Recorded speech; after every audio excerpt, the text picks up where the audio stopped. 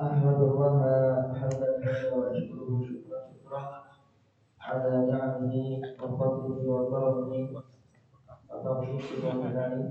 أشهد أن لا إله إلا الله وحده لا شريك له وأشهد أن نبينا محمدا عبده ورسوله الداعي إلى رضوانه. صلى وسلم على حبيبنا المصطفى نبينا محمد صلى الله عليه وسلم وعلى آله وصحبه وعلى من سار على نهجه إلى يوم الدين. أما بعد، اللهم انفعنا بما علمتنا وعلمنا ما ينفعنا وزدنا علما علمنا يا رب العالمين. Dan sekalian kita bacaan kita ada kita pasal yang terusik hanya singgah dari Imam Nawawi dan menuju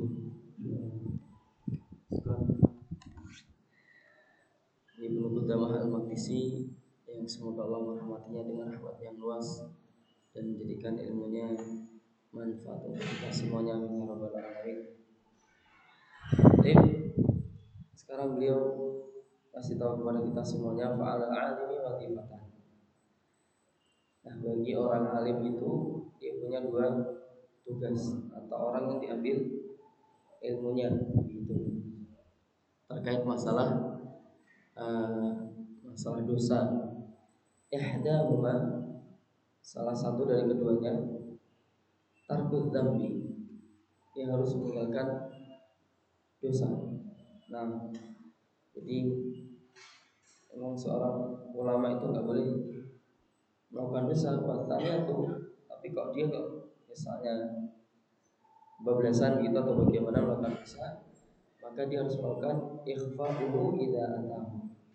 Jadi kalau dia melakukan dosa itu dia harus menyembunyikannya, nggak boleh terang-terangan, karena status dia itu diikuti, status dia diikuti. Ada satu kisah nyata yang konsultasi begitu. Jadi sang suami itu menyuruhnya itu untuk dia lepas jilbab. Sekali lagi, sang suami itu menyuruh dia itu untuk lepas jilbab. Padahal sang istri ini lagi pengen hijrah, terus pengen benar-benar megang syariat, nggak mau dia. Kemudian sang suami ini berdalil dengan seorang tokoh agama begitu di Indonesia yang konon katanya keluarganya ada yang tidak berjilbab dan dia mengatakan jilbab adalah budaya Arab, kurang lebih begitu. Nah, sang suami berpedoman dengan itu. Kadang mungkin untuk hal tertentu istilahnya dia malu gitu kalau lihat istrinya itu berjilbab yang soalim lah apalah gitu. Nah itu sampai bingung. Jadi ustaz-ustaz yang dikonsult dijurhatin sampai bingung. Jelas itu kan nggak boleh, masih jelas nggak boleh. Sisi lain suaminya seperti ini. Nah ini bahayanya ketika seorang ulama itu apa yang disebut ulama lah atau yang diambil ilmunya itu bermaksiat atau malah memerintahkan pada maksiat. Nah, ini pasti akan diikuti dan nanti dosa-dosanya akan menumpuk. Wa kama tatadha'afu auzar ulama idza kuntu bi'au 'ala dzunub. Sebagaimana dosa para ulama itu bertingkat-tingkat ketika dosanya itu diikuti orang lain. Seperti tadi itu, dan mungkin kasus-kasus yang lain banyak. Kadzalika tatadha'afu hasanatu. Maka demikian juga kebaikan mereka akan nambah-nambah terus idza tubi'u 'alal khair. Ketika kebaikan dia itu diikuti oleh orang lain. Nah, sebagaimana sabda Nabi man sanna sunnatan hasanatan dan seterusnya. Nah, kita sering dengar hadis itu. Nah, ini tugas ulama itu hati-hati, dia nggak boleh melakukan dosa. Jika baru melakukan dosa, dia harus bersembunyi karena memang mungkin ya namanya iman lagi turun, syahwat lagi naik, bagaimana begitu, terus dia kebablasan. Wa yang bagi lil alim ay yatawassata fi malbasi wa nafaqatihi. Nah, orang yang diambil ilmunya itu hendaknya ketika berpakaian atau dalam masalah makan begitu, beli kendaraan atau hal yang lain, maka dia itu harus tengah-tengah, nggak boleh kelihatan wah. Saya kalau mobil tengah-tengah itu, oh, mobil juta umat itu mungkin Avanza gitu ya, Xenia. Nggak boleh naik yang wah banget, misalnya apa ya, yang setahu mungkin Alphard gitu ya. Nggak tahu dia yang wah lagi atau enggak. Nah ini dia nggak boleh wah-wah banget. Atau kalau motor jangan moge lah gitu. Nah terus pakai moge, touring dan sebagainya, misalnya, mohon maaf ya. Nah ini menurut Ibnu Qudamah nggak boleh, dia harus yatawasat, harus tengah-tengah. Wal yakun ila taqalluli amin. Hendaknya dia itu sederhana, berlaku sederhana itu lebih lebih cenderung lagi, lebih condong lagi. Jadi tengah-tengah ini batas maksimal, tapi kalau bisa lebih sederhana. Nah, fa inna nasa yanzuruna ilaihi, karena manusia itu melihat kepadanya. Nah, kecuali kalau dia nggak diambil ilmunya, ya silakan. Mungkin nggak apa-apa untuk kelihatan wah-wah gitu. Jadi ketika diambil ilmunya dia harus seperti itu. Umar bin Abdul Aziz rahimahullah taala itu sebelum jadi khalifah hidupnya kaya. Oh, dia itu cucunya seorang penguasa. Nah, dia seorang penguasa, mertuanya juga penguasa. Istrinya itu kalau dihadirin mertuanya itu, kalau yang wah begitu, maka dia juga harus menyesuaikan. Tapi ketika jadi khalifah, dia nggak boleh seperti itu. Ditanggalkan semua baju-baju kebesaran itu dan berperilaku seperti orang-orang nggak punya begitu. Dia walaupun ya takol, dia apa ya istilahnya, hidupnya sederhana karena nanti akan dicontoh. Bahkan istrinya itu kan namanya Fatimah. Fatimah ini merupakan sosok yang luar biasa. Kakeknya seorang khalifah, bapaknya seorang khalifah, suaminya seorang khalifah, 4 saudara laki-lakinya seorang khalifah. Gak ada yang seperti ini, gak ada selain Fatimah, putrinya Pak Abdul Malik. Nah, Fatimah ini datang, seorang perempuan begitu, kaum bangsawan kaya raya, datang dari Irak. Datang ke rumahnya, dia pengen mendekor rumahnya seperti rumahnya seorang penguasa. Ditanya, mana rumahnya Amirul Mukminin Abdul Aziz? Terus kayak gini, terus dilihat, oh mungkin luarnya jelek, dalamnya bagus. Setelah masuk bertamu begitu, disambut ya, dalam arti dilayani oleh Fatimah rahimahullah. Itu melihat dalam rumahnya itu nggak ada apa-apa, nggak ada ornamen apapun. Masa kayak seorang khalifah seperti ini? Nggak bisa buat contoh. Kemudian istrinya pun mengucapkan kalimat yang sangat masyhur. Andai kekhilafahan itu menjauh dari keluarga kami, sebagaimana jauhnya antara timur dan barat, antara langit dan bumi, pasti aku akan sangat bahagia di sana. Saya ini perempuan itu juga gak kuat, gak kuat, gak kuat apa, gak kuat hidup sederhana. Ya karena dulunya kaya, Pak. Mungkin kalau dulunya sederhana, gak kuat juga, Pak. Gak kuat juga. Lu tinggal di komplek yang orang jalan-jalan juga kuat juga. Nah, pernah tak cerita belum gitu. Jadi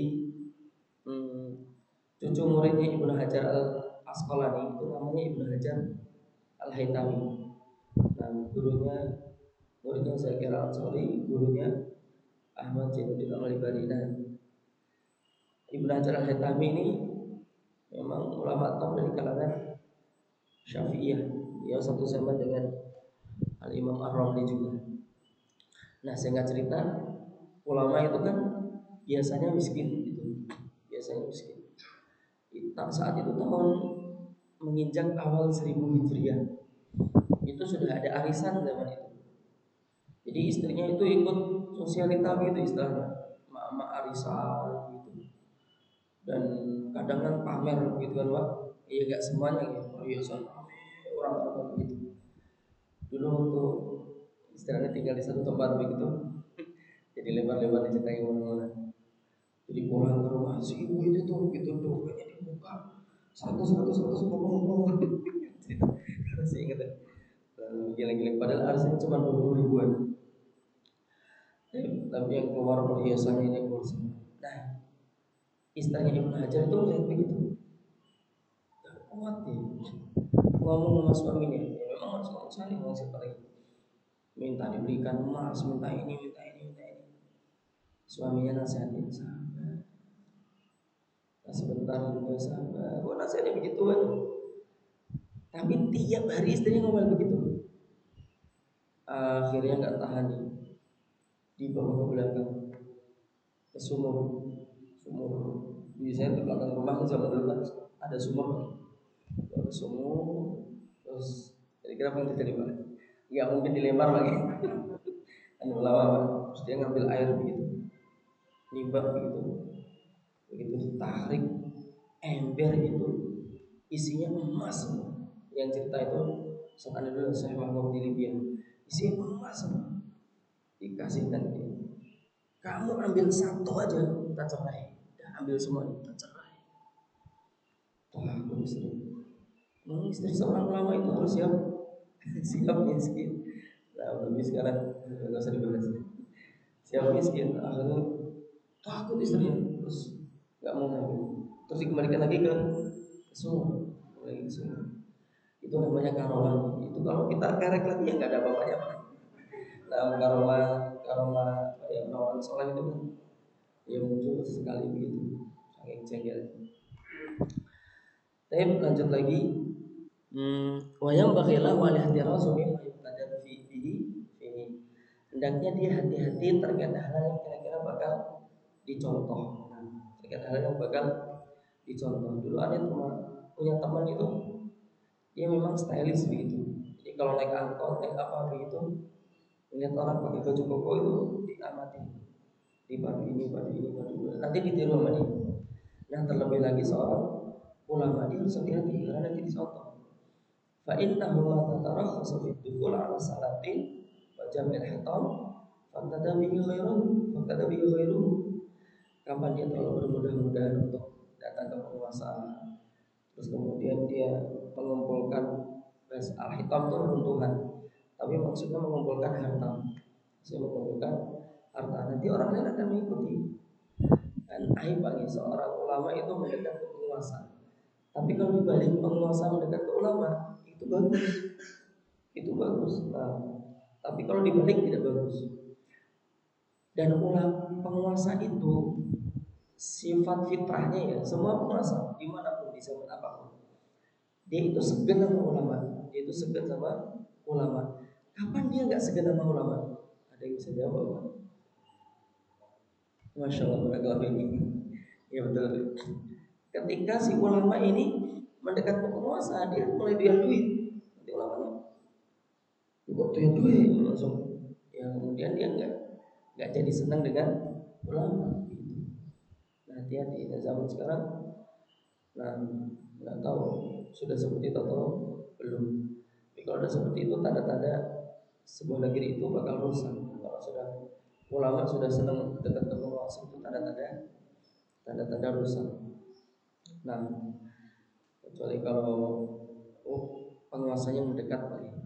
Jadi kisah-kisah penguasa mendekat ke ulama itu banyak. Tapi jangan ini Pak, dihiaskan. Itu saat lagi musim kampanye, para calon penguasa mendekat ke ulama. Itu kalau itu nggak tahu nih. Kalau seperti itu nggak tahu.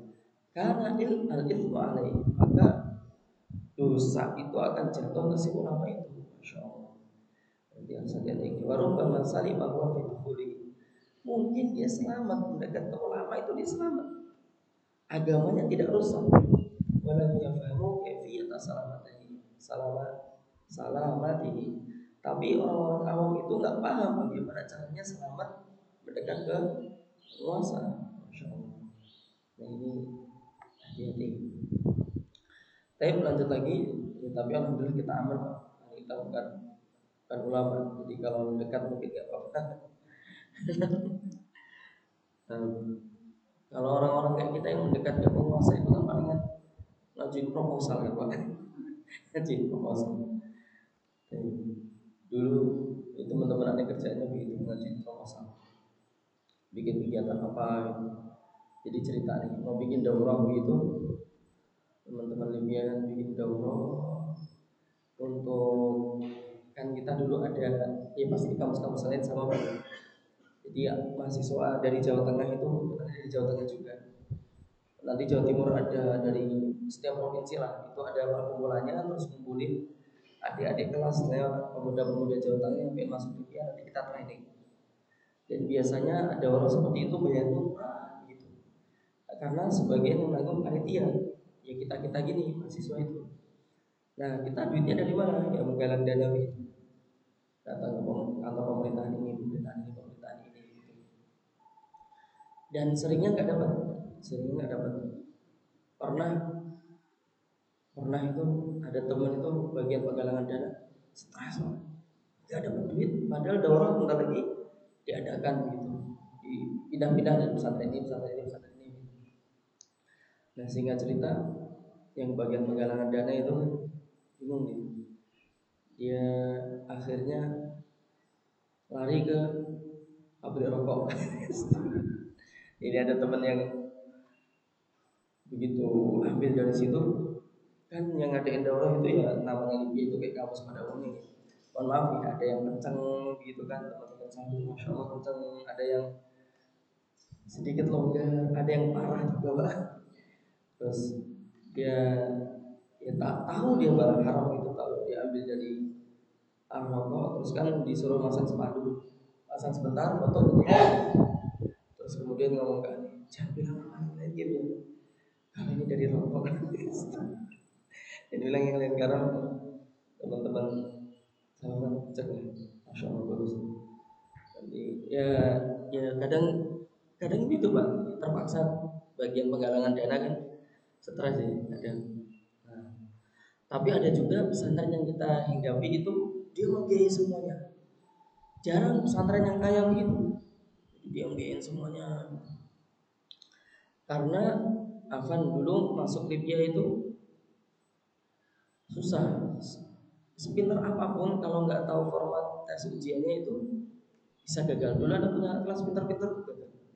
Karena dia nggak tahu tes Libya itu seperti apa. Nanti ada, maaf misalnya aswat, tesnya dicerita sedikit Bang ya, ada aswat. Jadi dengar suara yang nanti yang dari kaset yang udah lama. Nanti ABC dibaca kasroh misalnya di, nah itu ABC-nya dal, dot, dot gitu, terus dal. Nah, nanti kira-kira tadi suara yang mana ya begitu, harus cepat. Terus kemudian ada kisah begitu, nanti muncul soal tapi cuma suara. Nanti ini yang nggak terbiasa kan bingung gitu kalau nggak terbiasa begitu. Nggak semuanya bentuk teks terus dikerjain begitu, nggak semuanya begitu. Tapi lanjut lagi, makanya kadang harus perlu didaurahkan. Wa qad rawaina anna malikan kana yukrihu an-nasa ala akli lahmi al-khinzir. Jadi ada sebuah kisah seorang raja itu membuat orang-orang itu untuk tidak suka makan babi. Jadi mohon maaf, orang kalau udah terbiasa makan babi itu untuk menghindarinya susah katanya. Untuk menghindari itu susah.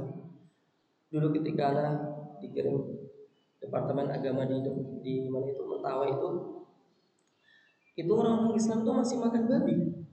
Tapi umpet-umpetan dari kita itu dari Ustaz itu umpet-umpetan.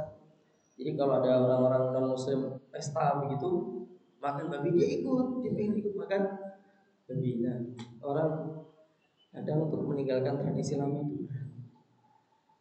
Di zaman Umar bin Khattab pun itu jadi khalifah yang mabuk di Madinah masih ada. Nah, untuk meninggalkan budaya itu, makanya kita harus banyak bersyukur kita dari lahir nggak nyentuh babi, nggak nyentuh minuman keras gara-gara orang tua kita. Karena memang lingkungan kita nggak ada begitu, alhamdulillah.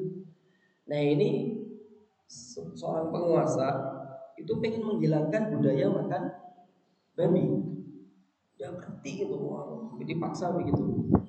Masya Allah, bagus ini penguasa. Faji abi rajulin alim. Kemudian seorang ulama diundang. Faqala lahu hajibul malik. Maka ajudan raja ini ngomong, qad dzabahtu laka jadiyan fakul minhu. Kamu udah motong kambing nih, kamu makan ya. Maksudnya untuk kasih contoh ini loh, guru kalian, ustadz kalian tuh makanya daging kambing, bukan babi.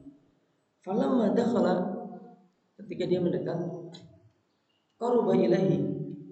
Nah, falamma dakhala, ketika dia masuk ke istana begitu, qaruba ilaihi, maka dia mendekat dengan daging kambing itu, falam yakul, tapi dia enggak makan. Masya Allah. Fa'amar biqatlihi, maka si raja ini nyuruh ke ajudannya itu, potong aja kepala si ulama ini. Udah gitu. Nah, faqala lahu al-haji. Terus ajudannya ngomong ke si ulama ini, alam aqul laka innahu jadiyun. Kowe kan mesti omongi itu kambing, bukan babi. Makan. Faqala dia ngomong, wa min aina ya'lamu hali? Emang orang-orang itu bakal tahu keadaanku. Nah, man tadi bi, kira-kira yang bakal mencontohku itu siapa? Masya Allah. Ini mafhum apa gitu? Saya berusaha untuk memahami ya. Nanti kalau pemahaman anak orang tolong tambahin. Jadi pola pikir Haja ini loh guru kalian. Sekarang itu makan kambing, bukan sekarang ya. Dia makan kambing, bukan makan babi. Ayolah kalian wahai rakyatku makan kambing, jangan makan babi. Terus kemudian pola pikir ulama ini itu dia melihat nanti orang awam itu melihat sisi mananya. Jangan-jangan orang-orang awam ini adalah orang-orang awam yang sudah nggak makan babi. Dia melihat ulama datang ke penguasa. Oh, dia makan-makan di tempat penguasa. Oh, berarti sekarang hukumnya udah boleh. Udah nggak apa-apa kalau gitu kita makan-makan tempat penguasa. Nah, kayak gini, yang seperti ini pola pikir berbeda ya, masya Allah. Tapi semuanya benar itu ya, semuanya benar. Tapi masya Allah sekarang kan penguasa itu ada acara open house bang, kalau pas lebaran gitu kan. Itu memang penguasa zaman sekarang begitu. Dulu Raja Faisal begitu. Nah, SBY dulu begitu nih Pak. Kalau Jokowi saya nggak tahu ya. Baik, baik, insya Allah di pertemuan berikutnya kita lanjut lagi terkait bab syarat taubat. Nah, syarat-syaratnya kita tahu, tapi rohnya kadang mungkin kita butuh detail. Nah, ini didetailkan sama Simbah Ibnu Qudamah Al-Maqdisi. Baik, kita kira cukup. Naktafi dari sana bidu'a kafaratul majlis. Subhanakallahumma bihamdika asyhadu an la ilaha illa anta astaghfiruka wa atubu ilaik. Assalamualaikum warahmatullahi wabarakatuh.